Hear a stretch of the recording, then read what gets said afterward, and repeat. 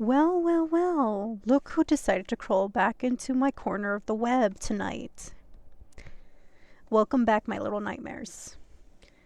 It is your favorite, uncensored, unbothered, morally questioned menace, Mistress Nightmare here. And tonight, we have a special one tonight.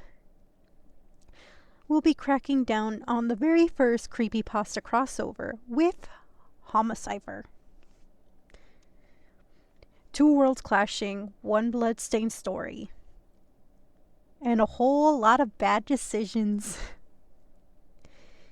If you thought that one universe of horrors was enough, congratulations, your deeply values were peace.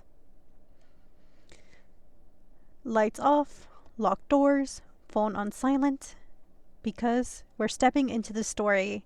There is no safe word, no save point, and definitely questionable happy endings for our chosen creepypasta for this story. Anyway, get comfy, because tonight is about to start.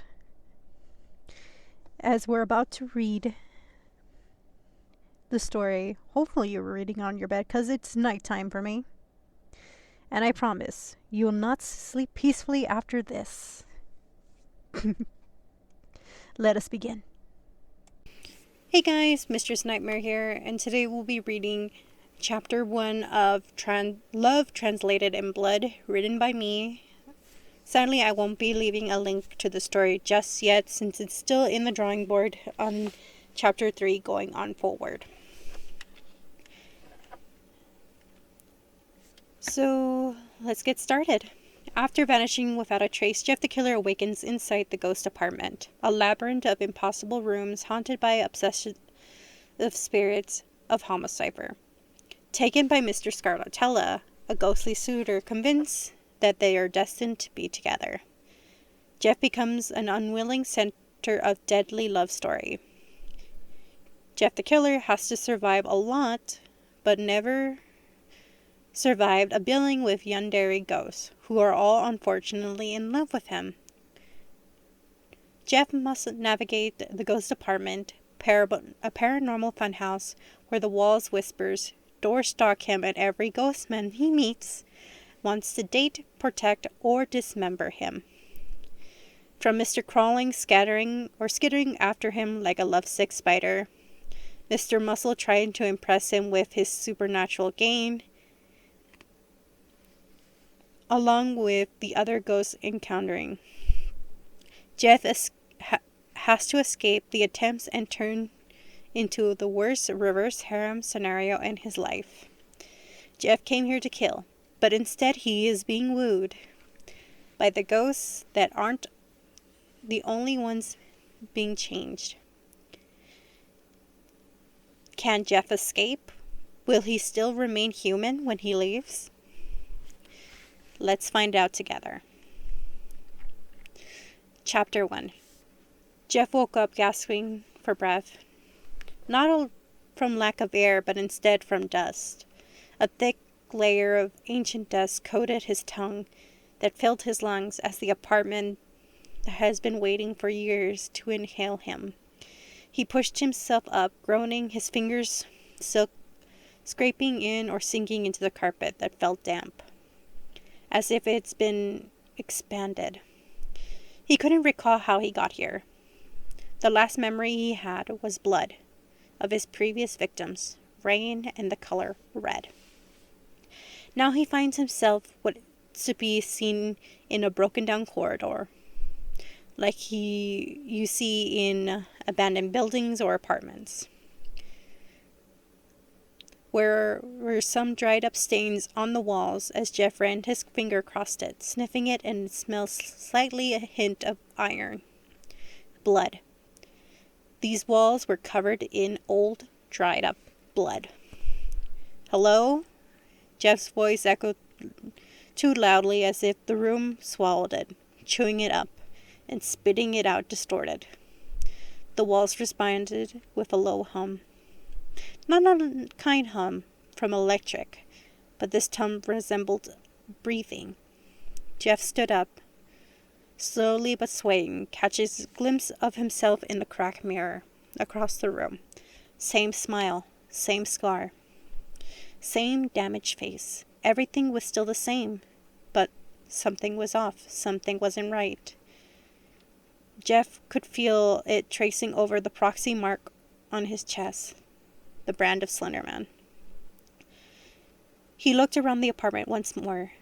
The flickering of the lights caught his attention as he looked towards what appears to be a steel door, and the sound of an alarm going off, making him on edge.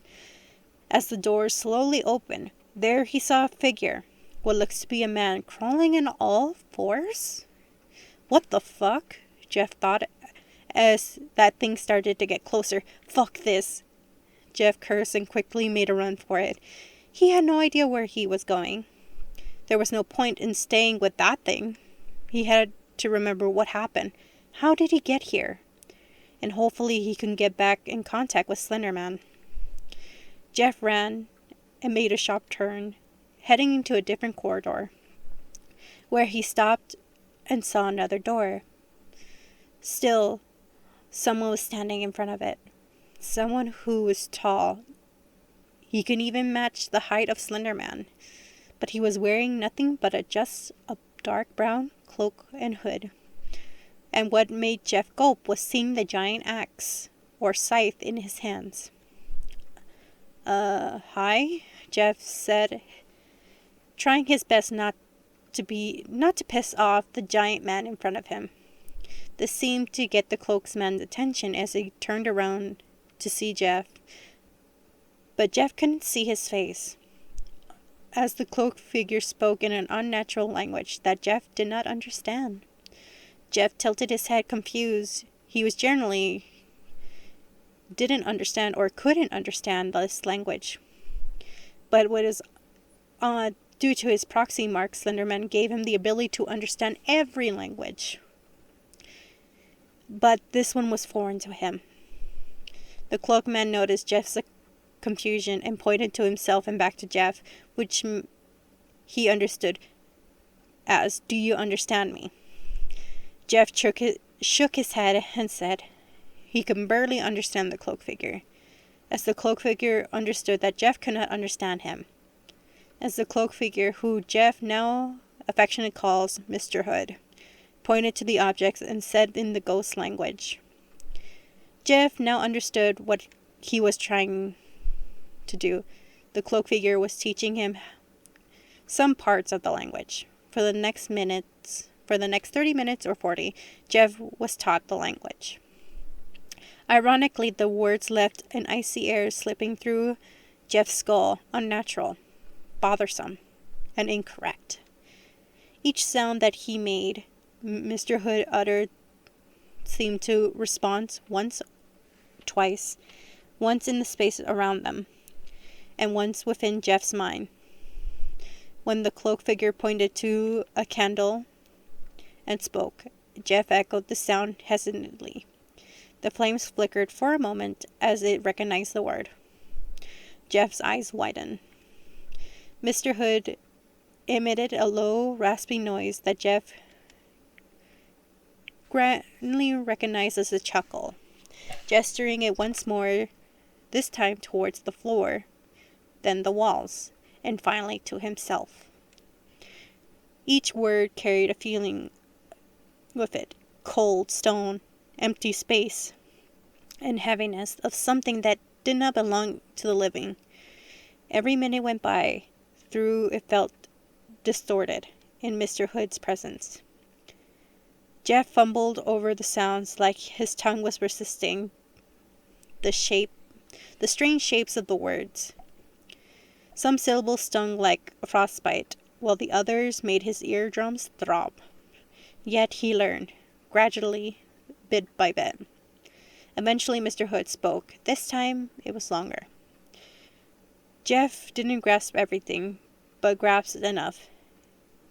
"You are dead," Jeff said softly, the words trembling but correct as Mr. Hood tilted his hooded head. Jeff swallowed hard, his heartbeat pounding in his ears. Here, not to harm me. Another pause. A single, indecisive nod. For the first time since the figure had appeared, this is the last couple of minutes after Mr. Hood had taught Jeff the basic information about him and the hostile ghost. And with that, who was left to be alone.